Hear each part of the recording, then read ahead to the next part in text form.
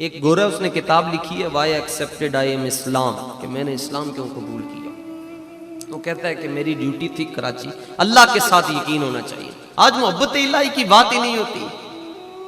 آخر رب نے بھی تو ہمیں کچھ دیا ہوا ہے نا، رب نے ہمیں سب سے بڑی نعمت حضور عطا فرمایا، محبوب دو عالم عطا ہوئے، اس سے بڑی کیا نعمت؟ اس نعمت پر ہمیں رب کا شکریہ ادا کرنا چاہیے۔ اور وہ کہتا ہے کہ رمضان شریف کا مہینہ تھا، جولائی کے اندر روزے آ گئے، کراچی ایئرپورٹ، کراچی جو ہے وہ بندرگاہ پہ ہماری ڈیوٹی تھی، شپ کے اندر مال لوڈ ان لوڈ ہو رہا تھا۔ ایک بابا میں نے دیکھا، ہونٹ خشک، زبان کانٹا، حلق سوکھ گیا ہوا ہے، 12 بجے کا چل ملاتی دھوپ ہے۔ بابا سامان اٹھا رہا ہے، بورے اٹھا کر اندر سے باہر، باہر سے اندر کر رہا ہے۔ تو گورا کہتا ہے میں نے اپنے ترجمان کو، سیکٹری کو کہا اس کو کچھ پلاؤ، یہ تو مر جائے گا۔ تو اس نے کہا کہ یہ ان کا ہولی منتھ ہے، اس میں کھاتے پیتے نہیں ہیں۔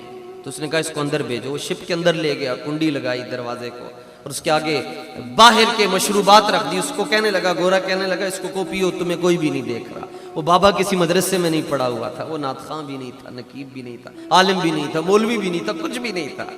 بس وہ بابا کیا تھا وہ خدا جانے یا مصطفیٰ جانے۔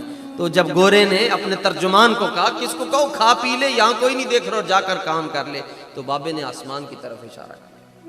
بس اس نے کہا مجھے کوئی نہیں دیکھ رہا، وہ دیکھ رہا ہے۔